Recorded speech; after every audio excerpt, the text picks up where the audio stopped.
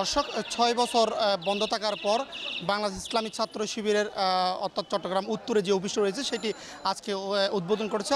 আজকের এই উদ্বোধন অনুষ্ঠানে উপস্থিত ছিলেন বাংলাদেশ ইসলামী ছাত্র শিবিরের কেন্দ্রীয় সভাপতি এবং চট্টগ্রাম জামাত ইসলামের আমির আলহাজ শাহজাহান চৌধুরী সহ চট্টগ্রাম ছাত্র শিবিরের বিভিন্নতম ঊর্ধ্বতম নেতৃবৃন্দ উপস্থিত ছিলেন।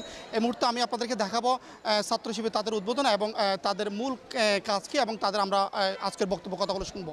ইসলামী ছাত্র শিবির একটি সমৃদ্ধ একটি ওয়েলফেয়ার স্টেট, যার মাধ্যমে মানবতার কল্যাণ হয় এমন একটি রাষ্ট্রের প্রত্যাশা করে থাকে।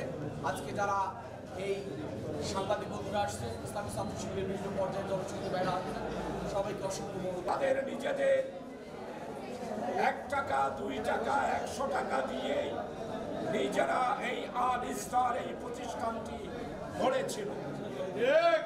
কিন্তু দুর্ভাগ্য, বিগত সরকারের পেটুয়া বাহিনীরা এই অফিসে তালাবদ্ধ করে দেওয়ার পর বড় দুঃখজনক।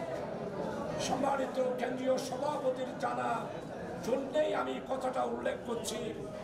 ছাত্রলীগ, স্বেচ্ছাসেবক দুষ্কৃতিকারীরা আল ইসলার প্রত্যেকটি জানালা, গ্রিল, টেবিল, চেয়ার, কোরআন, হাদিস, ইসলামী সাহিত্য সহ সমস্ত বাতি, ইলেকট্রিক্যাল ফ্যান, কম্পিউটার, ছাত্রদের ল্যান্ডিং লাইব্রেরি, ছাত্রদের পড়ার জন্য কোচিং সেন্টার সব কিছু লুট করে নিয়ে গেছে।